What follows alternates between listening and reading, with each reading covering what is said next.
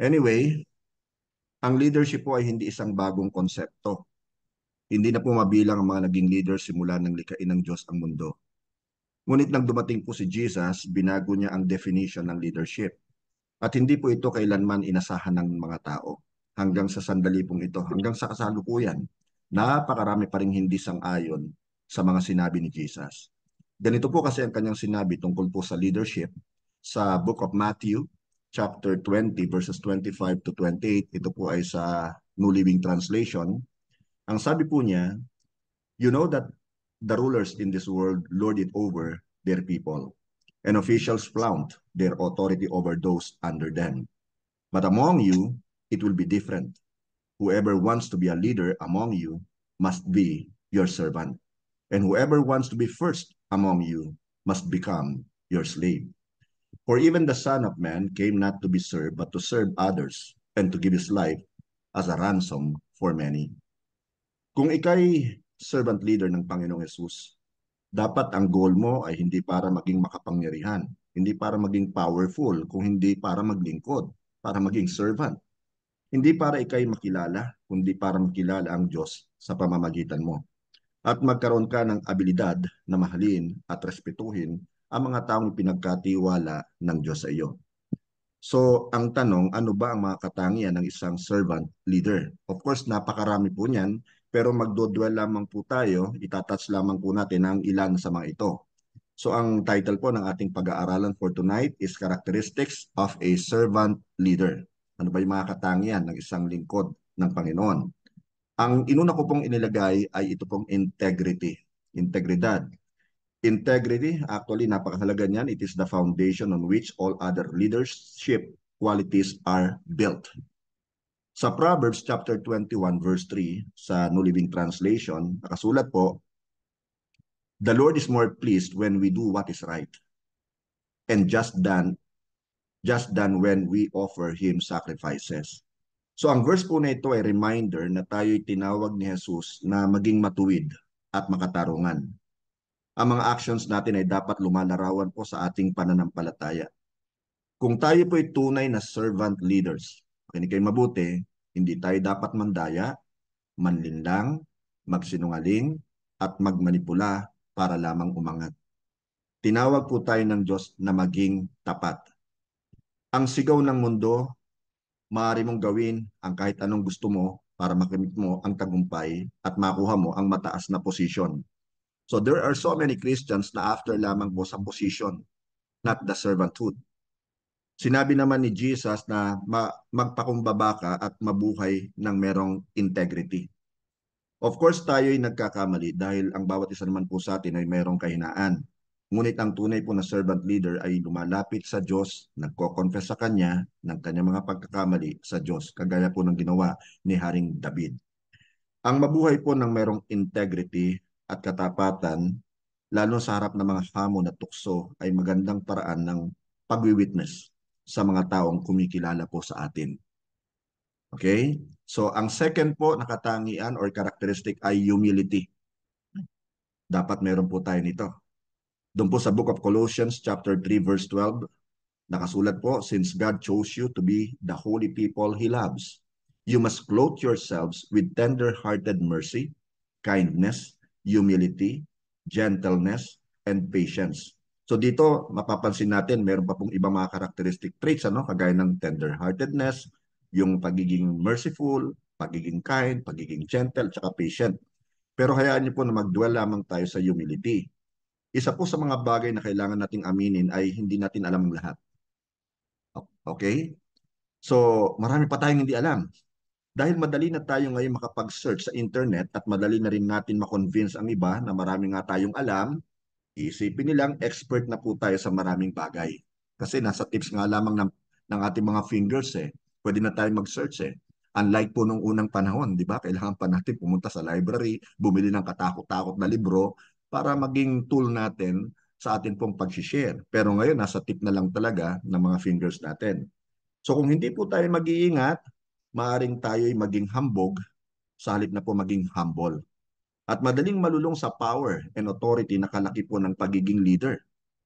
Bilang isang Christian servant leader, kailangan po nating makinig at matuto sa mga taong ipinagkatiwala sa atin ng Diyos.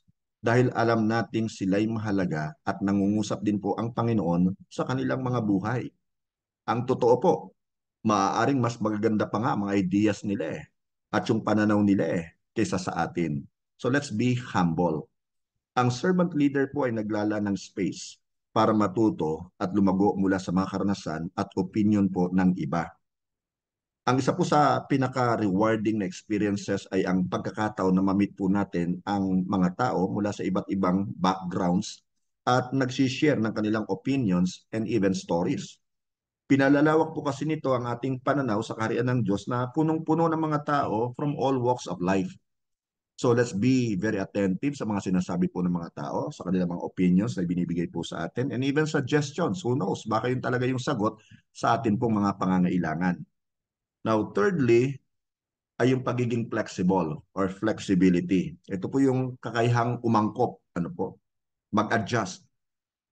Sa Book of Philippians chapter 4 verses 12-13 sa New Living Translation, again, nakasulat po, I know how to live on almost nothing or with everything, sabi ni Apostle Paul. I have learned the secret of living in every situation, whether it is with a full stomach or empty, with plenty or little, for I can do everything through Christ who gives me strength. Ang isa pong servant leader ay flexible. Ang ibig sabihin, willing po siyang mag-adapt sa kanyang situation at sa kanyang surroundings. Alam niya na maaari siyang humarap sa mga hindi inaasahang mga hamon o mga situations. Ngunit hindi niya hinahayaang maging dahilan ito na siya po ay magalit, malito, o magpanik. Alam po ng servant leader na kasama niya ang Diyos sa lahat ng pagkakataon at wala siyang dapat ikatakot o ikapangamba. Meron siyang willingness to practice being flexible and actually invite change. Dahil ang change naman po talagang nangyayari yan. It is inevitable as a matter of fact. Madali pong ma-stuck sa routine kung saan isa lang ang paraan ng paggawa. Ngunit ang isang servant leader ay meron pong kakayang i-recognize ang change o pagbabago. At ito'y opportunity sa paglago ng kanyang pananampalataya na makakatulong naman sa paglilid niya sa iba. Number 4, resilience. Napakahalaga din po ng characteristic trait na ito. Now, let's look at the book of Hebrews chapter 12 verses 1 and 2. Sa New King James Version naman po ito. Nakasulat, therefore we also, since we are surrounded by so great a cloud of witnesses, let us lay aside every weight and the sin which so easily ensnares us, and let us run with endurance the race that is set before us. So verse 2, looking unto Jesus, the author and finisher of our faith, who, for the joy that was set before him, endured the cross, despising the shame, and has sat down at the right hand of the throne of God. Ang dalawa pong mga verses na ito ay nakaset sa konteksto ng pagtakbo at tumutukoy po sa ating pagiging matatag sa buhay, sa mga challenges na kinakaharap po natin. You see, resilience is the ability to withstand adversity and bounce back from difficult life events. Para mga Pilipino, di ba kilalang kilala tayo dyan eh. Kapag ka may bagyo, bagamat nasalanta, ang marami, bangon ulit. May lindol, maraming napinsala, bangon ulit.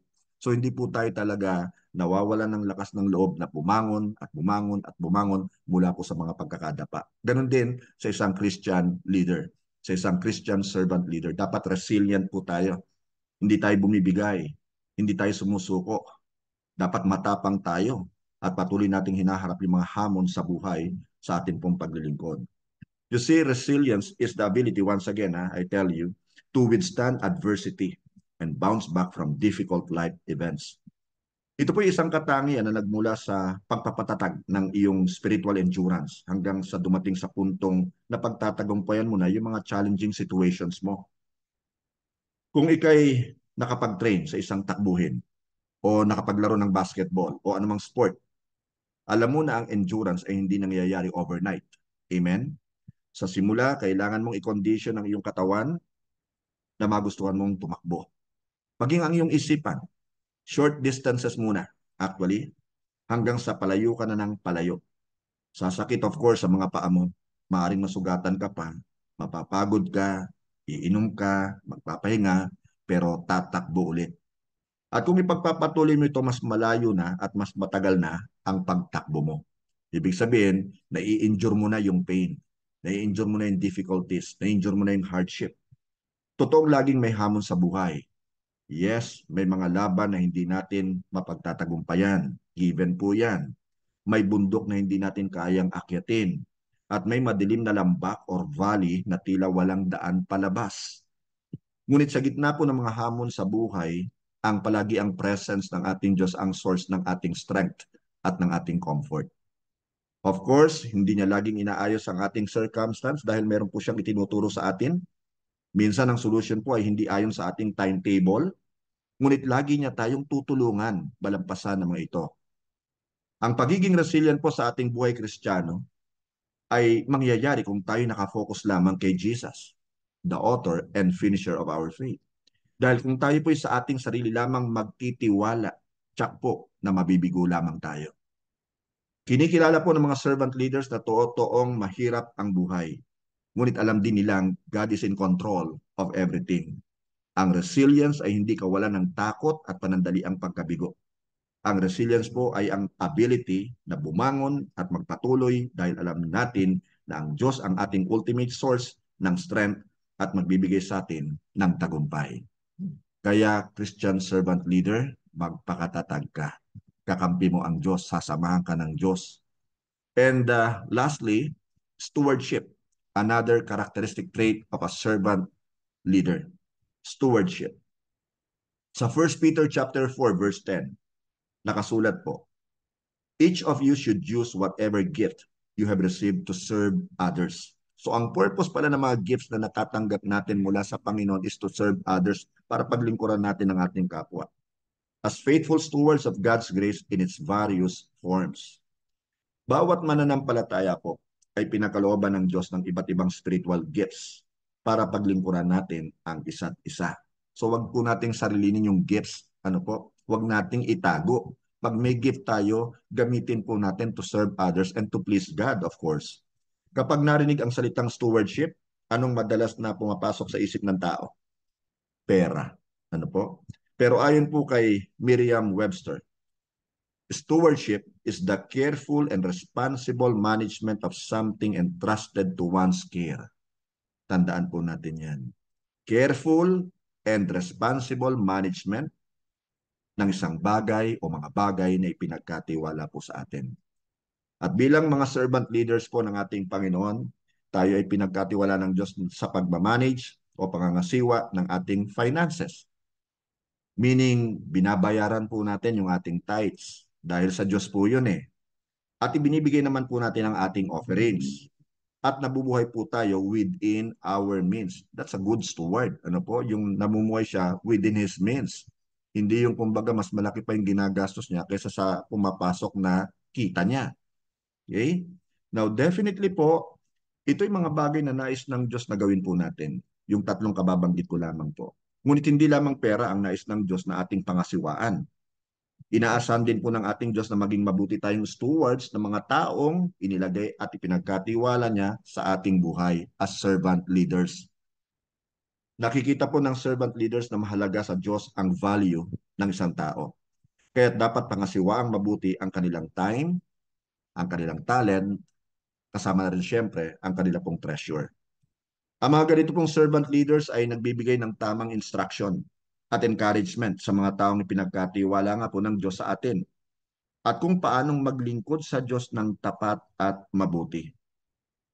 Ginagamit ng servant leader ang kanyang panahon para sa ikaluluwalhati ng Diyos at hindi para sa ikaluluwalhati ng kanyang sarili. So wag tayo maging focus sa self natin, mag-focus po tayo sa ating Lord. No, kapatid, kaibigan, bago ka matulog mamaya at pagkagising mo bukas ng umaga, isipin mo ang mga tao sa buhay mo na nais ng Diyos na gabayan mo, na nais ng Diyos na i-mentor mo, na nais ng Diyos na i-disciple mo. At kapag panahon na para magdesisyon na tanggapin ang role bilang kanyang servant leader, tanungin mo ang iyong sarili, what would Jesus do? Kapatid, lahat tayo tinawag ng Panginoon. Kung tinanggap mo si Jesus, hindi ka kumbaga binigyan lamang ng kalayaan, hindi ka binigyan ng ika nga kaligtasan, kung hindi binigyan ka rin niya ng pribileyo na makapaglingkod sa kanya, to be a steward and to be a Christian servant leader. Hindi naman kasi maaaring ang tagal na nating Christian pero wala pa rin tayong naaalagaan, wala pa rin tayo ikangang natutulungan, wala pa rin tayo na-encourage, wala pa rin tayong napapalago sa kanilang pananampalataya sa Panginoon so much so na sila po'y nakakapaglingkod na rin. So it is incumbent upon us, listening to this voice, na tayo po'y mag-isip-isip na to be God's servant leaders. Thank you, Lord. Maraming salamat po, Ama, sa kabutihan mo po sa aming mga buhay. Kami po ay pinili mo at tinawag, hinirang, Panginoon, at binigyan ng pribileyo na makapaglingkod po sa iyo at ganoon din po sa aming kapwa. Salamat po sa ilang katangian na amin pong napag-aralan. Ngunit ang dalangin nga po namin, O Diyos, patuloy mo kaming gabayan, patuloy kaming turuan ng iyong Holy Spirit, Panginoon, kung paanong umakto ng wasto bilang isang servant leader. Again, we bless you, my Lord, and we thank you for these people na nakinig po ng iyong salita. Nawa, matanggap namin ang hamon, Panginoon, na from now on, this moment on, Panginoon, kami po'y talagang makapaglingkod po sa iyo, makapag-serve po sa iyo as your good and faithful servant leaders. We bless you again. In Jesus' name we pray. Amen and amen and amen. Glory to God.